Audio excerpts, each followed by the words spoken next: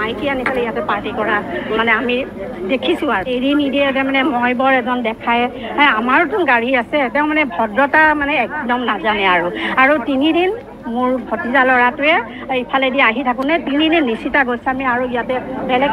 মাইকী আনি পেলাই ইয়াতে পাৰ্টি কৰা মানে আমি দেখিছোঁ আৰু নিশিতা গোস্বামী 3 দিন আহিছে ইয়ালৈ